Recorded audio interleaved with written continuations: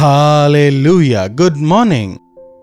सुबह हो चुकी है। क्या आप लोग उठ गए हैं? 6:30 बज चुके हैं ना?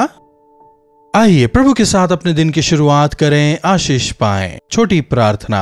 महापवित्र परमेश्वर प्रभु, चौथे महीने के आखिरी दिन में आप हमें लेकर आए हैं। प्रभु, इन 4 महीनों में हमने क्या पाया, क्या खोया, आत्मिक जीवन में आगे बढ़ रहे हैं या नहीं, परखने में मदद करें। विभिन्न चिंताओं की वजह से परेशान ना होकर तमाम चिंताओं को आप पर रखकर धीरज के साथ अपनी दौड़ दौड़ने में हमारी मदद करें। यीशु के नाम से प्रार्थना मांगते हैं, आमीन।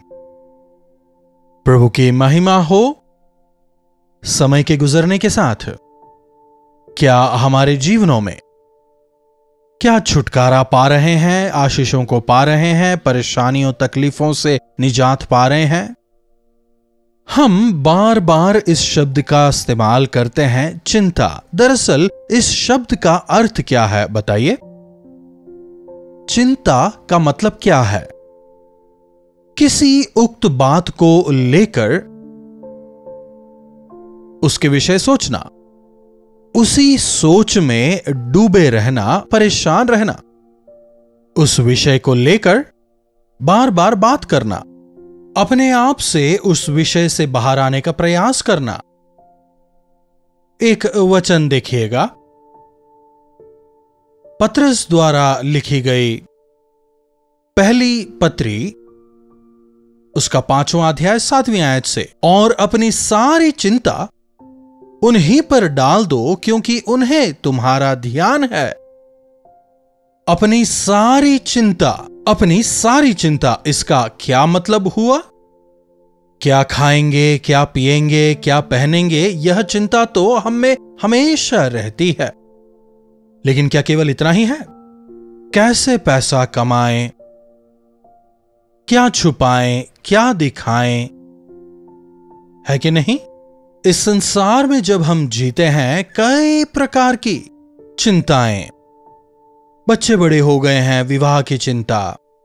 विवाह के बाद उनके परिवार में शांति नहीं है, समाधान नहीं है, इसकी चिंता।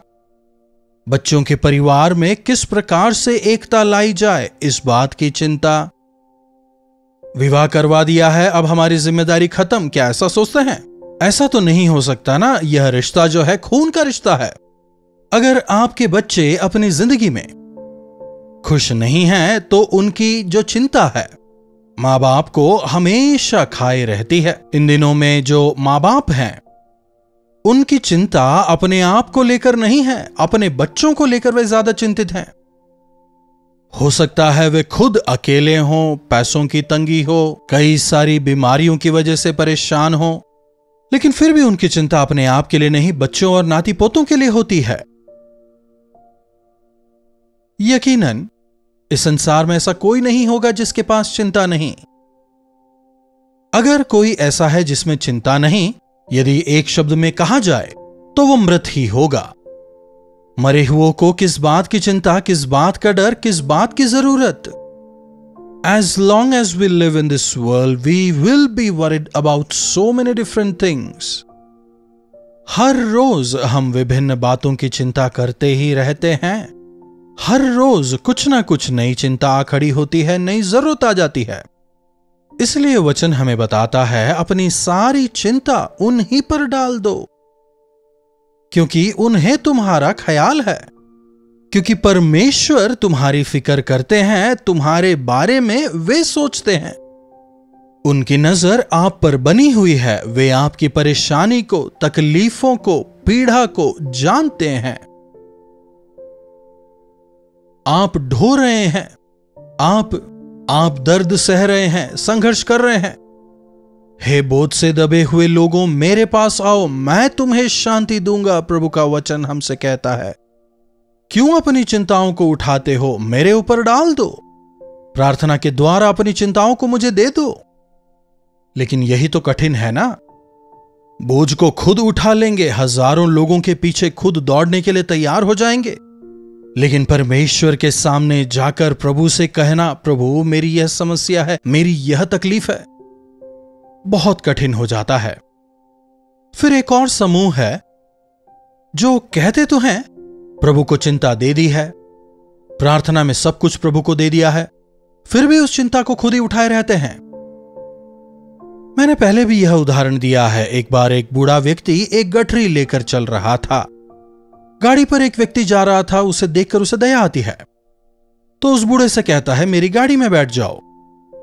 थोड़ी दूर जाने पर रेयर व्यू मिरर में जब नजर पड़ती है तो वे बुजुर्ग उस गठरी को सर पर ही उठाकर बैठे थे।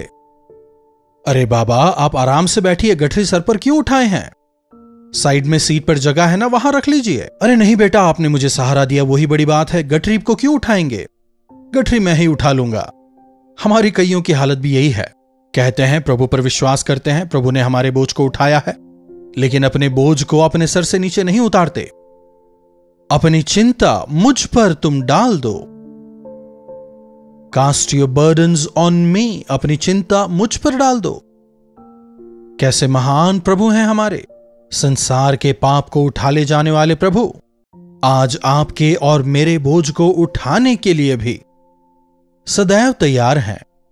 अपनी चिंताओं से बाहर आने का हम बहुत प्रयास करते हैं, कई सारे लोगों से हम बात करते हैं, कई सारे प्लान्स हम बनाते हैं, इस परिस्थिति का सामना कैसे करें, कई सारे तरीके निकालते हैं। लेकिन यदि हम घुटनों पर आए और प्रार्थना करें तो प्रभु मुझे छुड़ाएंगे, प्रभु मुझे शांति देंगे, यह भूल जाते हैं। आज आपकी चिंता क्या है? कुछ लोग अपनी तबीयत को लेकर चिंतित हैं। आज एक बार आप हॉस्पिटल चले जाइए, हर एक इंसान को कुछ ना कुछ बीमारी होगी, कोई ना कोई डेफिशिएंसी शरीर में जरूर होगी, कभी विटामिन सी, कभी डी, कभी कुछ ना कुछ और। इसलिए स्वास्थ्य कमजोर होता चला जा रहा है। कहा जाए तो आज का हमारा लाइफस्टाइल ही सही नहीं है। पुराने जमानों में लोग काफी मेहनत किया करते थे, शारीरिक तौर पर मेहनत करते थे, लेकिन आज हमारी जीवन शैली पूरी तरह बदल गई है। पूरे दिन थोड़ा बहुत भी शरीर को इधर उधर हिलाए ढुलाए बिना कंप्यूटर के सामने ही बैठकर काम करते रहते हैं। यही है ना आज की जिंदगी। काम करने के दौरान उनका पूरा ध्यान ऑफिस पर होता है, फिर घर आने के बाद अपने आप की चिंता, दोबारा से कल की चिंता, आसपास क्या हो रहा है, संसार में क्या हो रहा है, उस पर वे ध्यान नहीं दे पाते। केवल अपनी चिंता, अपनी परेशानी, अपनी तकलीफ। वचन बताता है अंत के दिनों में स्वार्थ बढ़ जाएगा। हम में विभिन्न प्रकार की चिंताओं का कारण हमारा स्वार्थ ही है। यदि अपने ही विषय सोचते रहे तो चिंता नहीं तो और क्या होगी। जब हम दूसरों के विषय में सोचते हैं, हम अपनी परेशानी भूल जाते हैं। जब हम दूसरों के लिए प्रार्थना करते हैं, जब हम उनकी चिंताओं के लिए प्रार्थना करते हैं, तब हम अपने बोझ को, अपने भार को पूरी तरह से भूल जाते हैं। क्योंकि जब हमारा ध्यान उनकी ओर चला जाता है, उनकी परेशानी की ओर जाता है, हमारी परेशानी, हमारी तकलीफ काफी छोटी नजर आने लगती है। अपनी चिंता को तुम मुझ पर डाल दो, क्योंकि मुझे तुम्हारा ध्यान है। एक बार प्रार्थना में अपनी चिंता को प्रभु पर डालने के बाद, अपने पापों का अंगीकार कर लेने के बाद, उसके विषय हमें सोचने की जरूरत नहीं, चिंतित नहीं होना, दोबारा उसमें आगे नहीं बढ़ना। अपराध को छुपाने वाला नहीं बढ़ेगा, बल्कि उसे मानकर छोड़ने वाला दया पाएगा। वचन पर विश्वास करें। अंगीकार किए गए पापों की क्षमा मिल चुकी है, फिर उसके विषय में दोबारा क्यों सोचना। दोबारा उसी के विषय सोचते हैं, उसी को लेकर चिंतित होते हैं, परेशान होते हैं, दोषी होते हैं। रोज प्रभु मैं पापी हूं, मैं पापी हूं, मैं पापी हूं कहकर प्रार्थना करने वाले लोग हैं। जरूरत नहीं। अपने पापों का अंगीकार कर उसे छोड़ने वाले धन्य हैं। एक बार जब हम हमारे पापों का अंगीकार कर लेते हैं, क्षमा पा चुके हैं, प्रभु कहते हैं मैंने तेरे अपराधों को, पापों को क्षमा कर दिया है, उन्हें शुद्ध कर दिया है। अब मैं दोबारा उसे कभी भी याद नहीं करूंगा। हर रोज जीवन में विभिन्न प्रकार की कमी घटियां, जरूरतें होती हैं, उन्हें चिंता में ना बदलें। हर जरूरत को पूरा करने वाले प्रभु को आप पुकारें। आपकी हर एक जरूरत को पूरा करने वाले प्रभु यीशु पर विश्वास करें। जीवन में उतार चढ़ाव होते हैं, लेकिन मार्ग में हमारे साथ रहकर हमें चलाने वाले हमारे प्रभु हैं। इसलिए सुबह सवेरे उठने के साथ आपकी चिंता क्या है उन पर डालें। प्रभु आज यह सारे काम हैं, इतने ईएमआई हैं, यह बिल्स पे करने हैं, यही तो चिंता होती है ना। आजकल तनख्वाह मिलने की खुशी से ईएमआई पे करने की चिंता ज्यादा होती है। एक जमाना था, 1 तारीख आते ही सब लोग खुश हो जाते थे, अरे तनख्वाह मिलने वाली है। लेकिन आजकल 1 तारीख आते ही लोग डर जाते हैं, अरे आज तनख्वाह मिलने वाली है, इसका ईएमआई पे करना है, वो बिल पे करना है, इस क्रेडिट कार्ड के पेमेंट का आज ड्यू डेट है। मेरी तनख्वाह पर्याप्त नहीं, परिपूर्णता नहीं है। आज आपका विश्वास किस पर है? प्रभु पर विश्वास करने वालों को किसी भलाई की कमी नहीं होती। आपकी जरूरतों को पूरा करने वाले, आपकी बीमारियों को ठीक करने वाले, आपकी परिस्थितियों को बेहतर करने वाले, आपके आसपास के माहौल को ठीक करने वाले, आपको जयवंत बनाने वाले प्रभु यीशु हमारे साथ निरंतर हैं। बच्चों के विषय चिंतित होकर आप क्या हासिल कर सकते हैं? इसके बजाय बच्चों के विषय प्रभु से प्रार्थना करें। क्या उन्होंने अब तक उद्धार नहीं पाया? क्या वे पाप में जीवन बिता रहे हैं? क्या वे प्रभु से दूर हैं? प्रभु मेरे दोष, मेरे बाप दादाओं के दोष मेरे संतानों पर ना पड़ने पाए, विनती करें। चमत्कारिक बदलाव को बच्चों के जीवन में देखेंगे। क्या अपने स्वास्थ्य को लेकर आप चिंतित हैं? मैं तुझे चंगा करूंगा, तेरे घावों को पोंछूंगा, तुझे चंगा करने वाला यहोवा मैं ही हूं। वचन को याद रखें और विश्वास करें। चमत्कार को आप देखने पाएंगे, अद्भुत चमत्कार को।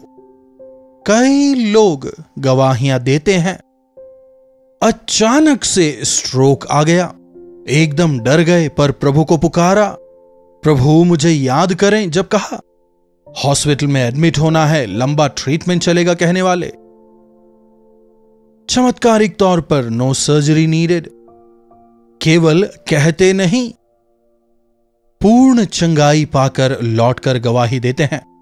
आज आप किस बात को लेकर चिंतित हैं? क्या पैसों को लेकर? पैसा ही जरूरी नहीं है।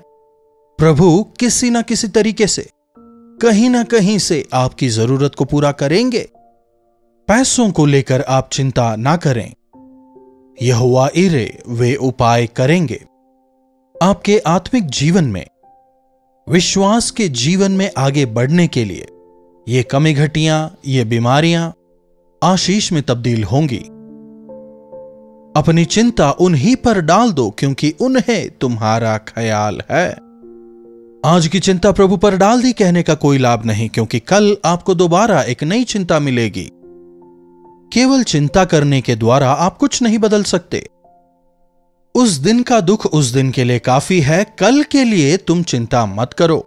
हम में कई लोगों की चिंता आज के लिए नहीं, लेकिन कल के लिए है। आज का दिन प्रभु ने आपको दिया ना। प्रभु आज के इस दिन के लिए आपका धन्यवाद। आपने भोजन दिया, धन्यवाद। आपने कपड़ा दिया, धन्यवाद। ये ईएमआई में पे करने पाया, आपका धन्यवाद। कल क्या होगा मत सोचें। प्रत्येक दिन उनकी करुणा नई होती चली जाती है। आज का दुख आज के लिए पर्याप्त है, कल की चिंता ना करें। कल को लेकर आप परेशान ना हों। आपके कल को, आपके भविष्य को प्रभु परमेश्वर बेहतरी से जानते हैं। वे आपकी हर एक जरूरत को पूरी करेंगे। तू मुझे पुकार, मैं तेरी सुनूंगा। तू मुझे पुकार, मैं गहरी बातों को, गूढ़ बातों को तुझे सिखाऊंगा। प्रभु कहते हैं। आज आप किस चीज को लेकर चिंतित हैं, परेशान हैं, उसे प्रभु के सामने लाएं, प्रभु से विनती करें। प्रभु अवश्य आपको छुटकारा देंगे। प्रार्थना। महापवित्र पिता परमेश्वर, प्रभु इसमें कोई दो राय नहीं कि इस संसार में रहते समय हमें कई सारी चिंताएं परेशान करती हैं। अपनी चिंता, कल की चिंता, घर की चिंता, बच्चों की चिंता हमेशा हैरान परेशान करती हैं। लेकिन प्रभु आपके प्रेम और आपकी करुणा के लिए धन्यवाद, क्योंकि आपको हमारा ध्यान है, क्योंकि आप हमारे विषय में सोचते हैं। प्रभु हमारी मदद करें कि हमारी तमाम चिंताओं को आपके वायदों पर विश्वास करके आप पर डाल सकें। सांसारिक चिंताएं नहीं, लेकिन आत्मिक तौर पर बढ़ने की इच्छा हमें प्रदान करें और आपके गवाह होकर जीने का अनुग्रह हमें दें। प्रार्थना यीशु के नाम से मांगते हैं, आमीन। अब हमारे पिता परमेश्वर का प्रेम, प्रभु यीशु मसीह का अनुग्रह, पवित्र आत्मा की संगति और सहभागिता हम में से प्रत्येक के साथ निरंतर बनी रहे। आमीन।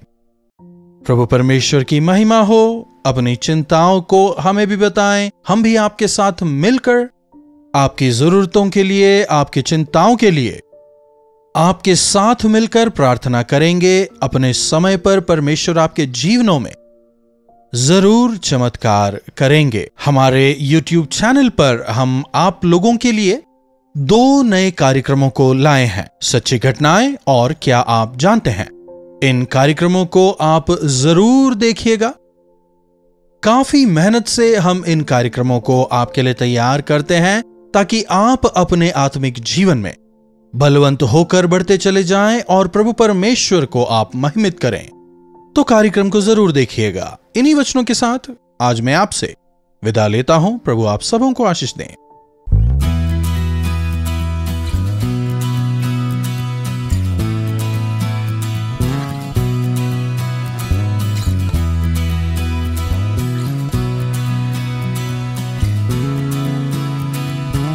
हालेलुया। मुंबई और उसके आसपास रहने वालों के लिए एक खुशखबरी। प्रभु की इच्छा रही तो मई 1 तारीख को एक बेहद खास गेट टुगेदर मीटिंग का आयोजन हम आप लोगों के लिए कर रहे हैं। शाम 6 बजे से लेकर रात 10 बजे तक होने वाले इस मीटिंग में आप जरूर भाग लें। व्यक्तिगत तौर पर आपसे मिलकर आपके लिए प्रार्थना करने के लिए, प्रभु के संदेश को आप तक पहुंचाने के लिए हम चेन्नई से मुंबई आ रहे हैं। आइए इस गेट टुगेदर मीटिंग में भाग लेकर प्रभु की आशीषों को पाइए। एड्रेस है Morning Star English School, Sion, Dharavi, Mumbai. अधिक जानकारी के लिए आप 9884907779 पर या व्हाट्सएप करें। अधिक जानकारी आपको दी जाएगी। अपने परिवार को साथ लाएं, मित्रों को भी जरूर लाएं। मिलकर हम प्रभु की स्तुति करेंगे, व्यक्तिगत जरूरतों के लिए और अन्यों के लिए मिलकर प्रार्थना करेंगे, प्रभु के वचनों को सुनेंगे। जरूर आएं, प्रभु की आशीषों को पाएं। जरूर आएंगे ना?